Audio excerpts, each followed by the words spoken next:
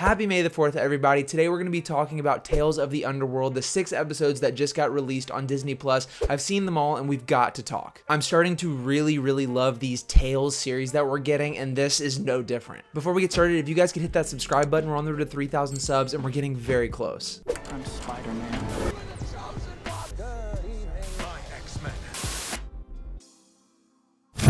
Let's get right into it. I loved this, and I think it's really setting up more things down the line. So let's go ahead and talk about the first 3 episodes that deal with Ventress. I was thrown off completely by that first scene showing Obi-Wan Kenobi and Quinlan Voss taking dead Ventress to the motherland, probably on Dathomir, where her body's gonna lay to rest. It seems like Mother Talzin kind of resurrected her because of her love for Quinlan Voss, or his love for her, and he doesn't know it, but that kind of saved her life. Now, this was really cool because I've actually read Dark Disciple, the book that goes heavily into Assaj Ventress and Quinlan Voss's past, especially her ending battle with Dooku, and having that basically be canon now, and we're continuing her journey past that, is so exciting. We of course saw Ventress in Bad Batch season 3, but this seems to take place a little bit before that. Ventress has like this apprentice now, and I don't really know who this kid is. If you guys have any theories on who this could be, leave your comments down below, because I have a feeling with these first 3 episodes that are tied to Ventress, it's kind of setting up maybe a Ventress series, or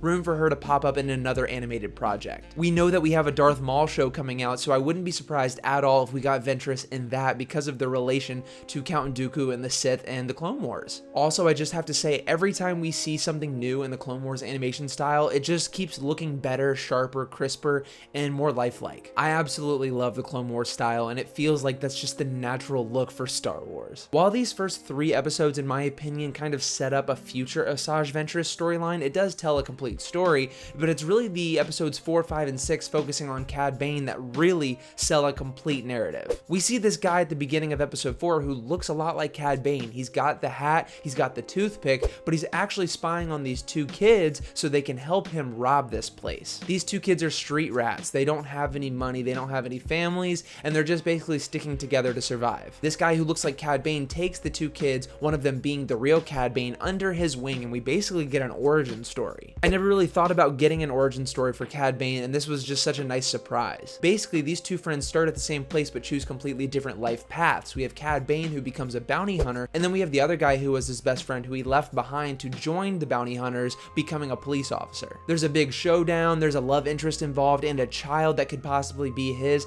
I don't know if it actually is Cad Bane's child. If you guys picked up on that, let me know down in the comments. But this is just another one of those extra Star Wars stories that adds to the lore. 15-minute episodes each. I mean, this is just fun, simple, and enjoyable. Again, it was fun seeing the Clone Wars art style back. We got to see an Inquisitor fight Ventress. I mean, where else can this take us? We've had Tales of the Empire, we've had Tales of the Jedi, and now we've had Tales of the Underworld that kind of had bounty hunters and Jedi. There are so many other Tales shows that we could do. Tales of the Hutts, Tales of the Fets, the clones. I mean, there's so many different avenues we can go down. Not only that, we don't have to just make new titles. We can add more to Tales of the Jedi, add more to Tales of the Underworld, because there's just so much lore to be filled in after the events of Clone Wars that lead into A New Hope. And honestly, we can go beyond that. We did with Tales of the Empire, and we can do that again with Tales of the Rebels or something like that. I do wonder if this is leading to something bigger, considering we're having characters like Ahsoka, Assaj Ventress, Cad Bane pop up in these. At least for Ventress, it feels like they're setting up something else, maybe not for Cad Bane, considering we know his outcome in Book of Boba Fett. Obviously, one of my biggest complaints about this is there's only 6 episodes that we get all at once, and now it's just over. There's tons of Star Wars stuff coming down the pipeline. I just wish we had more of the Star Wars animation. I can't wait for the Maul show, and also we've got Andor season 2 dropping 3 more episodes this week. You guys know I'm going to be covering that, so subscribe to the channel to see all those reviews and breakdowns. I feel like it's kind of becoming a tradition now to get these Tales of series every May the 4th, and if that's going to be the case, so be it. I'm along for the ride. Filling in these little gaps of the narrative and the lore of Star Wars is just so fun, and allows us to connect the dots by telling these short little stories that,